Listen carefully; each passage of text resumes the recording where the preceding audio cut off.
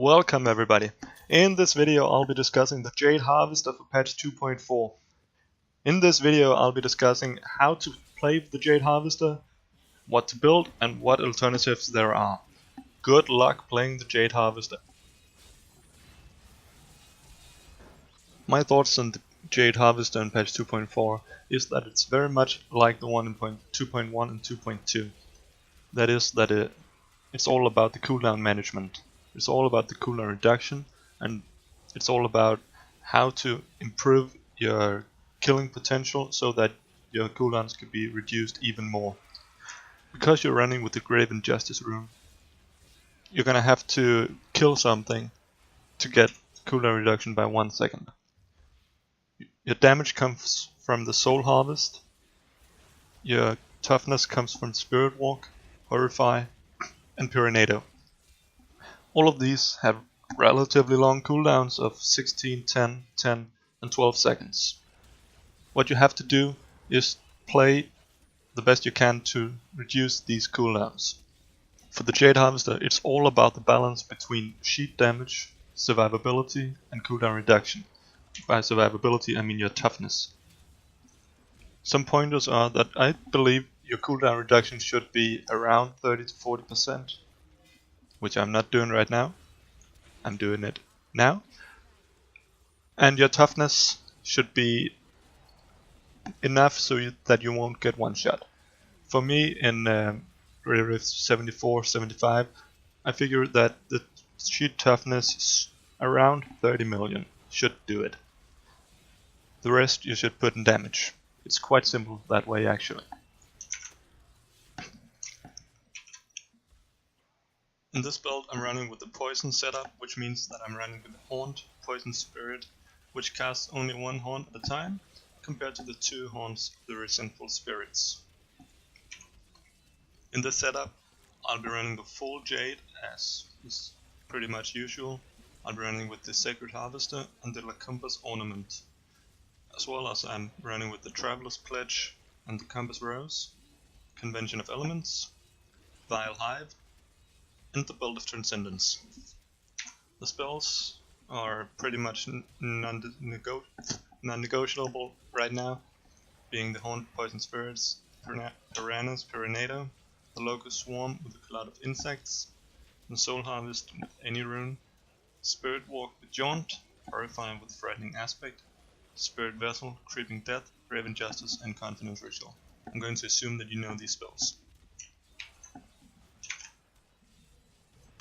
During the setup, it's very important to note that the haunts will be spread very slowly, and you have to take advantage of the fact that after you kill an enemy with haunt, the haunt spreads to a different target.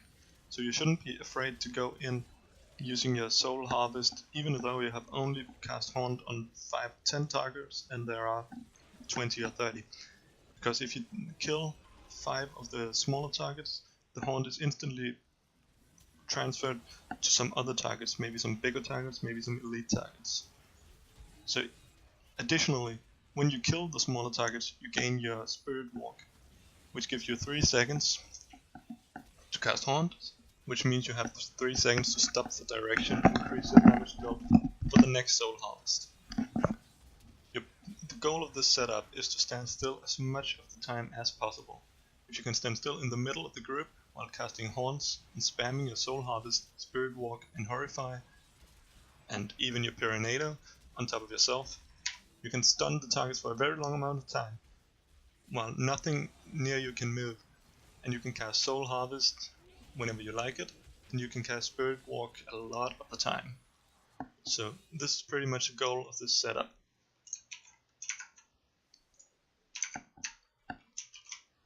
In the setup, I'm going for the high damage, but with only 1 haunt. I'm running with the Belt of Transcendence in order to have 15 Fetish Sycophants out, tanking the damage for me. This is much needed, as it allows me to stand still much more of the time without getting damaged. Standing still is rather important for the Traveler's Pledge combo. In this setup, I'm going with the moving reduces the damage taken, and standing still increases the damage dealt. So you see me running around whilst having reduced damage, I'm casting the Haunt, stopping for a bit, moving for a bit, stopping for a bit, and moving for a bit. This means that I'm taking very little damage. It's practically running with Unity. But when I then have all the mobs haunted, I can time it with the convention of elements by standing still for a fixed amount of time. I believe it's around 5 seconds, where I can stand still and casting Haunt.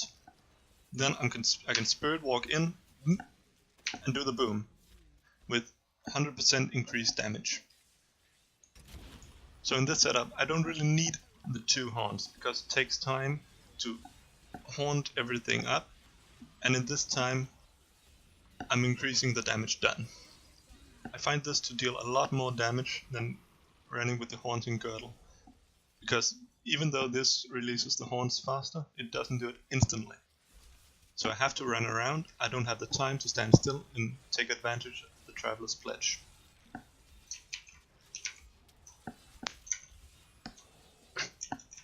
Some variations of this build are of course possible.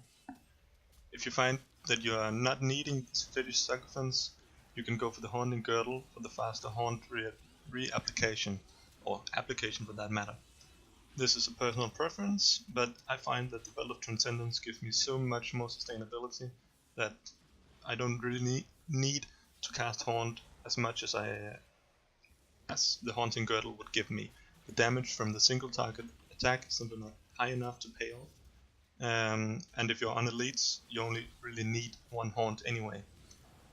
If you're not as adept with the stutter stepping, like this, I'm pressing shift to make the character run, just like this. I'm just pointing left mouse button and then I'm pressing shift. This is possible to do against monsters, and this makes it much easier to cast haunts all the time, so you don't really need to cast haunts 2 at a time.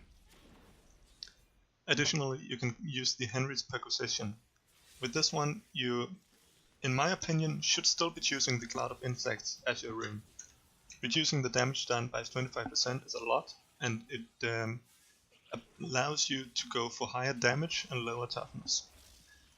The fact that this Locust Swarm will be spread more slowly really doesn't matter, as your haunt is also spread very slowly, so you really need to pull a lot of mobs, cast a lot of haunts, and only after you cast a lot of haunts, your Locust Swarm will be spread anyway, so you don't really need the Pestilence rune for this one.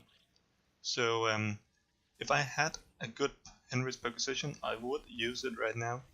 Unfortunately, the best one I have is Non-Ancient, which reduces the damage by 7.7%, but I would recommend using the Henry's Perquisition anyway.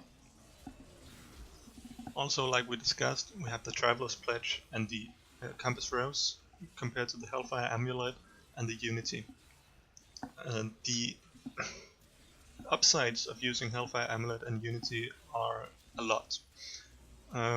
Unity is much easier to find, much easier to use.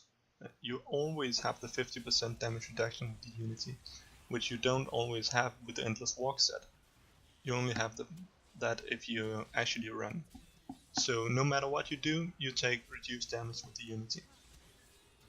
Likewise, with the Hellfire Amulet, if you have one like I do with the Gruesome Feast or any of these passive skills, you always have the damage increase, and you almost always have the damage increase. It's much safer to use. Also, it's a hell of a lot easier right now to get a good Hellfire Amulet, because the what are they even called? The big bad bosses drop like 4 at a time, and the Traveler's Pledge is very hard to get actually, a well-rolled one. I've been lucky for this one, but getting a good Hellfire Amulet and a good Unity is much easier than getting a good Traveler's Pledge and a good Compass Rose. So, like I said in the beginning, you need to be able to have enough toughness to survive 1 hit, and the rest is in damage. As I see it, you have 4 options on your gear to really switch around with this one. The first is your helm. You can have the life gem, or you can have the cooldown reduction gem. Right now I needed the toughness, so I chose to have the life gem in it. You can switch them around if you don't need it. Another place to go is the Jade Harvester's Joy, the set shoulders, where you can choose to either have cooldown reduction, or you can choose to have armor or something like that. On the gloves, you can choose either to have cooldown reduction, or you can choose to have the extra vitality. You can have 1000 vitality on these ones, up to 1000, instead of the cooldown reduction. So you can have a lot here. Same goes for the offhand, where you can either choose to have the extra vitality or the extra cooldown reduction. It doesn't really matter where you go for these changes. The only thing that matters is that the cooldown reduction is between 30 and 40%, and you have enough toughness to survive one hit. For the rest of the gear, I'll just quickly go over what you need as the pretty basics. These are in a lot of other videos, and I'll only be doing this quickly. For the Sacred Harvester, it's important for it to be ancient, and the best rolls are damage, intelligence, and vitality. For the boots, you need intelligence, vitality, armor, and movement speed. For the pants, you need intelligence, vitality, armor, and 2 sockets. For the belt, you need ancient, intelligence, vitality, resistance, and life. For the gloves, you can choose to have either vitality or cooldown reduction. Other than that, you need the intelligence, critical hit damage, and critical hit chance. For the chest, you need the intelligence, vitality, and haunt damage. For the wrist, you need poison skill, intelligence, vitality, and crit. For the rings, you need intelligence, critical hit damage, critical hit chance. On the compass rose, if you're lucky enough, I'd recommend you have intelligence, critical hit damage, critical hit chance, and cooldown reduction. For the offhand, you have to have damage, intelligence, critical hit chance, and haunt damage. Like I mentioned earlier, you need either cooldown reduction here or vitality. For the shoulders, you need intelligence, vitality, haunt damage, and either cooldown reduction or vitality.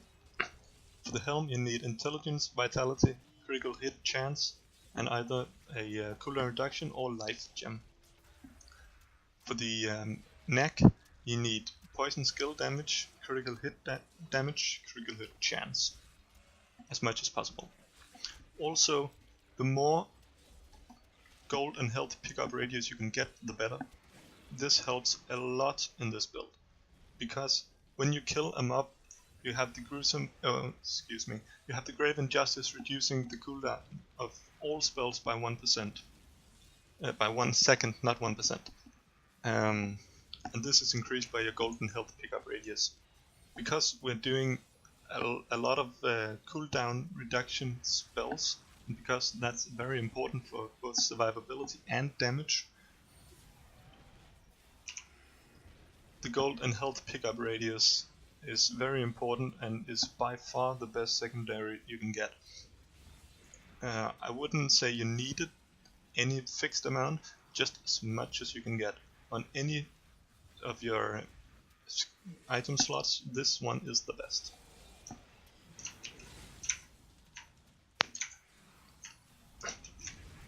You can opt to change out the Spirit Vessel for something different, like the Gruesome Feast or Pierce the Veil for more damage, but I wouldn't recommend doing that for this setup, because you can actually play a lot more aggressively when you have Spirit Vessel cooldown ready. You don't need the Spirit Vessel like in good old days, but you can switch it out now.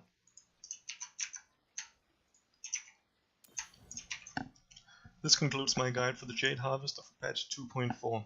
Hope you had fun. Bye!